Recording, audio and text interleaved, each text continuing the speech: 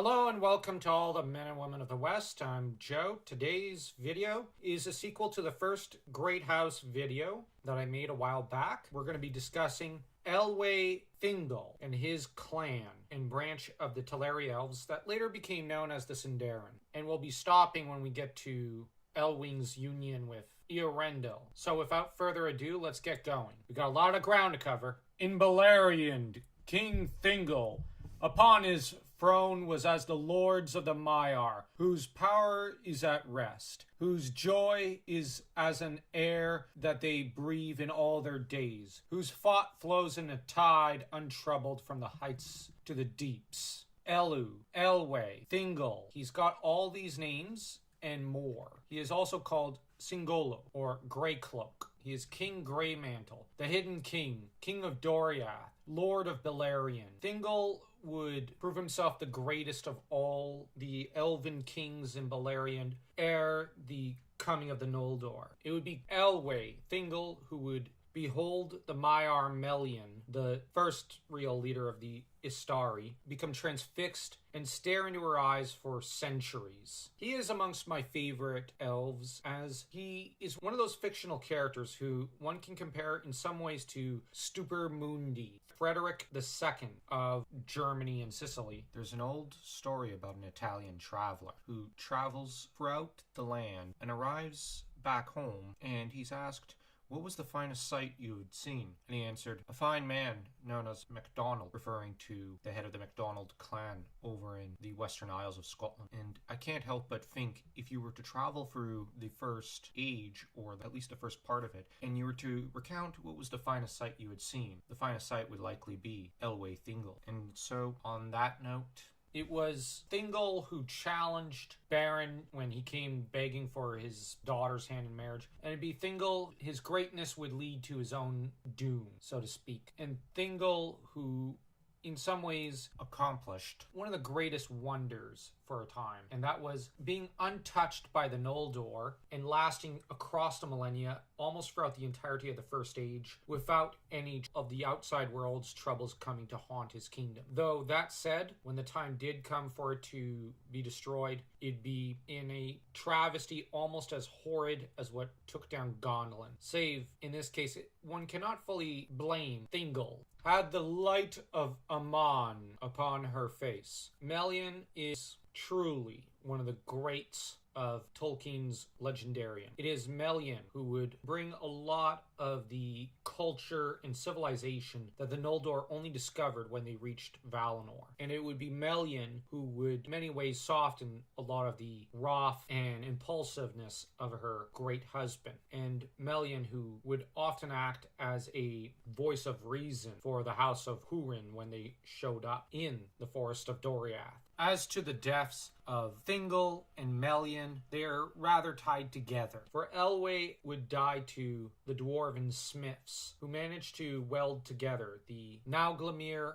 and the Silmaril together. And these dwarves, overcome by greed, would slay Thingol in the very bowels of his great keep Menegroth, and thus did Melian's joy find his end. As to Melian, she'd cross over, broken-hearted, with her last connection to Middle-earth severed. Her robe was blue as summer skies, but gray as evening were her eyes. 'Twas sown with golden lilies fair, but dark as shadow was her hair. From the Lay of Lathian, Canto 1, verses 27 to 30. The most beautiful maiden who has ever lived, according to the Red Book of the Elves. Luthien was half Maiar and half elf. Obviously one of the most blessed and important individuals in the Legendarium. It is around her tale that the whole of the First Age turns, and she is easily one of the most fascinating and beautiful characters ever written in any piece of literature. It is the sight of her dancing that first enticed the fleeing Beren to fall in love. Fleeing from a battlefield, Beren would stop and start giving chase after her, much as her father had done when he had first sighted the Lady of the Nightingales, Melian. Luthien's end would be a marked contrast to her father, in that it was a mystery when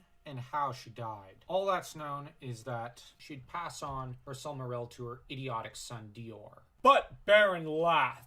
For little price, he said, do elven kings sell their daughters, for gems and things made by craft. But if this be your will, Thingol, I will perform it. And when we meet again, my hand shall hold a Silmaril from the Iron Crown. For you have not looked the last upon Beren, son of Barahir, the lover of Luthien, and the secondary lead of the tale of Beren and Luthien is Beren, the human husband of Luthien, who accomplished the great wonder of having caught the eye and love of the half-goddess Luthien. Beren would live a truly remarkable life. The son of Barahir, a great hero in his own right, he would survive the Dagor Bracolach and flee after Morgoth began to expand his kingdom southwards. He would flee south, and it'd be Luthien he would spot and fall instantly in love with in the forests of Doriath.